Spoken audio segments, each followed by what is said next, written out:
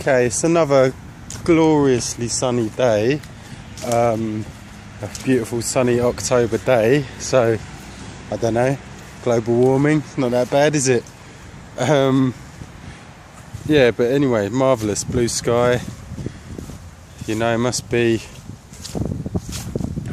best part of 20 degrees, you know, it's nice. Anyway, you can see it is autumn from the colour of the leaves on the trees, so it's starting to look kind of charming, and yeah, all is right with the world, except all is far from right with the world. Fucking, you know, if it were just about this, which it can be just about this, which is, you know, the crux of one of the main issues anyway, of what I speak about, that we can divorce ourselves from all the bullshit that I've been talking about, you know, and all the bullshit you can see around us, and all the bullshit that you see in the newspapers. We can divorce ourselves from that, and we can live in a world where basically this is, you know, what's the weather like today is our biggest concern. We can do that, and we can move back towards that. I mean, most people wouldn't want to move back towards that. Most people would want to preserve the society that we've got, and as I've, you know, stated in recent videos, I feel that a bit too, actually. You know, I enjoy modern living and modern luxuries, and so some kind of compromise is what we should be aiming for, and I think, again, that's going to be very easily achieved if we're able to kind of throw off the shackles that we presently live in. But anyway, already talking shit. What's the point of today's video? Today's video is not going to be the one that I mentioned as being very important at the end of the previous video, because that is going to be a good 15-minute, and I haven't got the battery power for that, and I'm just going to say a quick few words about UKIP and Islamophobia in general, because yeah, obviously UKIP are capitalising on some of the fears that we've got in this country at the moment, and they're capitalising quite nicely, and they've won their first seat in Parliament. Now, this again is probably a moot point, you know. They got one seat, they're not going to get many more. I'm sure I think the BNP won seats in the past, or was it just European stuff? I don't know, but you know, it's it happens now and again. It's a worrying sign, and it's really, if it is this kind of tip of the iceberg, then that is something that we need to worry about. I'm going to give my opinions on why, or well, with the bigger picture surrounding something like this. Now, first of all, I want to say there is a problem in this country with immigration and things like that. It's nothing to do with Muslims, obviously. People are not really saying that. It is, you know, there is mostly European people coming here and working for lower wages, and so the unskilled job market is kind of disappearing for local people, and when the unskilled job market disappears, you haven't got many options left. You can go to university, but, you know, if you haven't got £30,000 to pay for that, you're a bit stuck, aren't you? It's kind of chicken and egg situation. I mean, yeah, you can take a loan. Obviously, a student loan is still a massive debt, which means that you're you know, under the burden of that for the rest of your life. Well, people say, oh, you don't have to pay a student loan back unless you earn a certain amount. Well, if you earn under that threshold, you know, you haven't got a very good life anyway. And if you earn over that threshold and earn more and more and more, your interest rate will increase exponentially on that as well.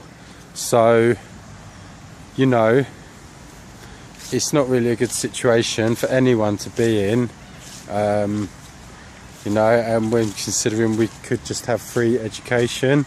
Anyway, going on to a different topic again, as I always do. I really find it hard to stick to one topic because all things are interconnected. You know, everything is part of one whole, and we, you know, we can't really deal with one issue without dealing with many others. But yeah, the issue today that I'm going to try and talk about a little bit is UKIP. So they've won this election in Essex, and it's just a sign of people's stupidity, really. People obviously haven't bothered to look at their policies at all. Yeah, as I was saying, there is a problem with immigration, and the point is this, you know, let's racism aside, you know, jingoism aside, you know, we can't blame any individual for wanting to go elsewhere and better their lives and take whatever opportunities, and every individual should always be free to do that, but governments do have a responsibility to their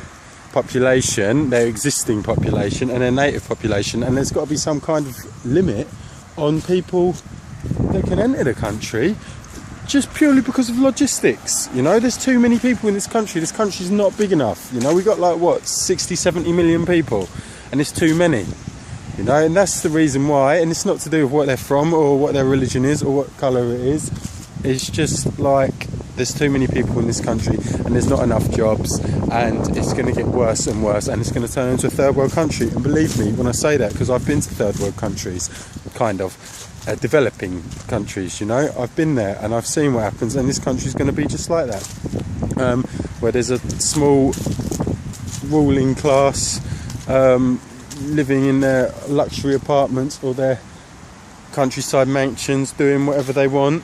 And you know, everybody else is just a massive underclass that don't have rights to and access to the same sort of privileges. And actually, this country already is like that, but it's going to get worse and worse. And there's going to be more people in the streets, there's going to be more people in the traffic systems, there's going to be more cars on the road, there's going to be more pollution, there's going to be more crime, because, you know, everybody needs to like eat, everybody needs to get money, and everybody's unhappy and everybody's dissatisfied, and you know, it is going to basically turn into something like a third world country because of over immigration. And you know, if I can work this out, me who just knows nothing about economics really, and very little about politics, and you know, and so many other people, and we can see this so clearly.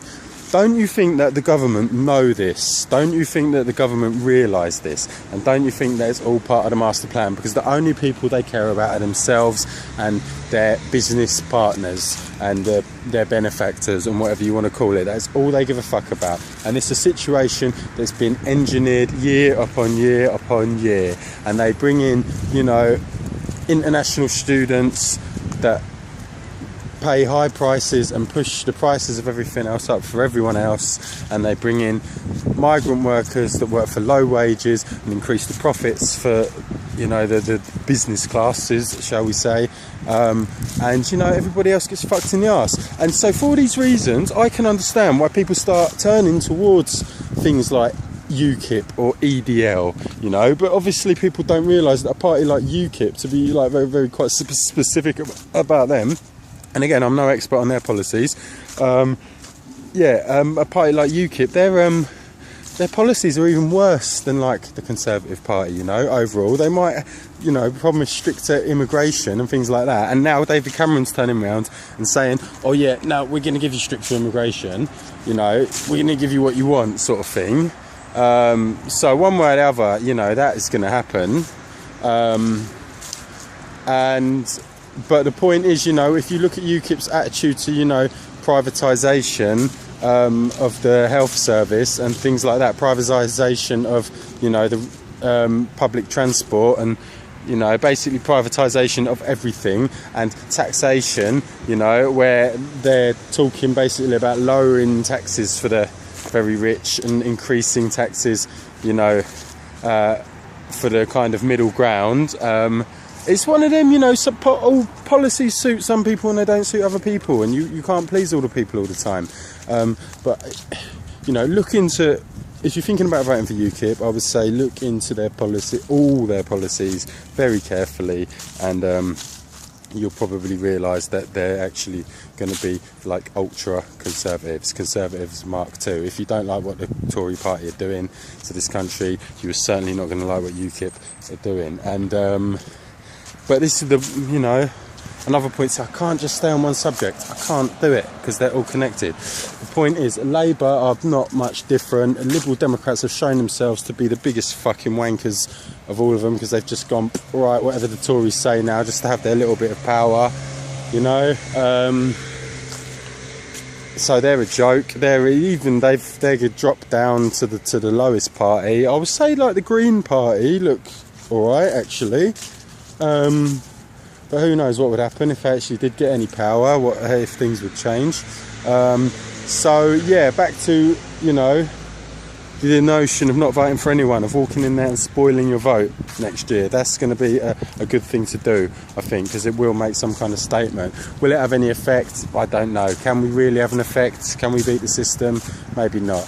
But I don't know. That's something I would suggest. Anyway, I definitely still haven't made my main point.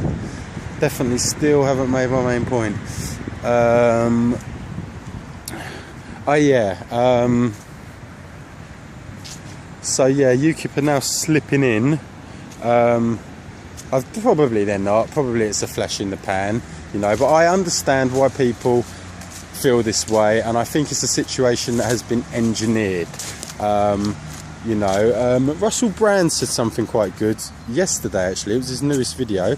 The likes of UKIP and the likes of ISIS, they're kind of like a team.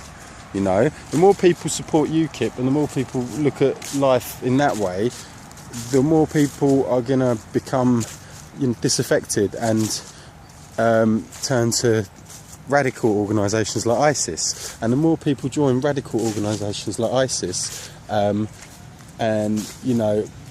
pose a potential threat to our Western way of life or whatever, the more people are going to turn to organisations like UKIP.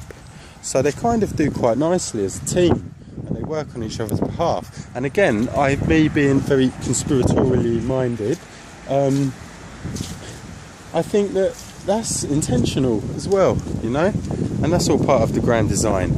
And at best, but if just coming back to the UK scene alone, a party like UKIP gets its popularity because people want to turn away from the main parties. And I think actually the powers that be are quite aware at this moment that people are turning away from the main parties and losing confidence in the main parties, and they need an alternative. People are craving an alternative, and so something like UKIP is basically being presented as an alternative. But there's going to be the same thing. If they ever do get into any kind of significant power, it's going to end up as exactly the same thing as we have now.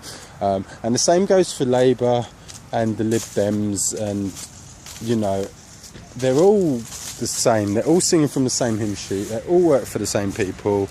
They're all about the money.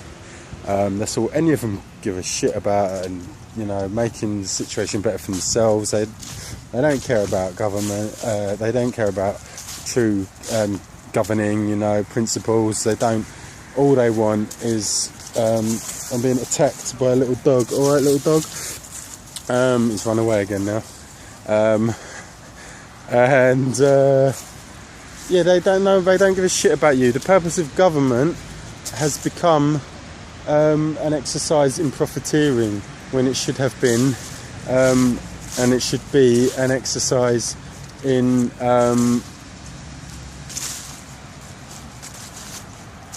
compassion, altruism,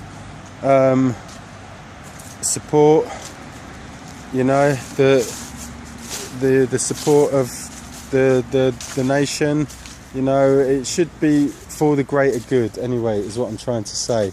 It should be principles that are designed to protect the greater good, so that the greater good and the general population can thrive, and lead good, happy, productive and healthy lives. And that is what government should be, and none of the existing political parties are offering that at the moment, and that's why you should spoil your vote next year.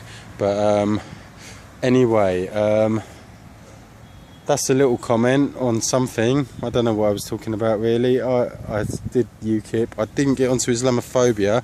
That's a really important one. Why we're being encouraged to hate Islam all the time by the media, and you're going to find that one quite interesting. So that's coming next, and after that, something about why I do this, even though nobody's watching. See ya.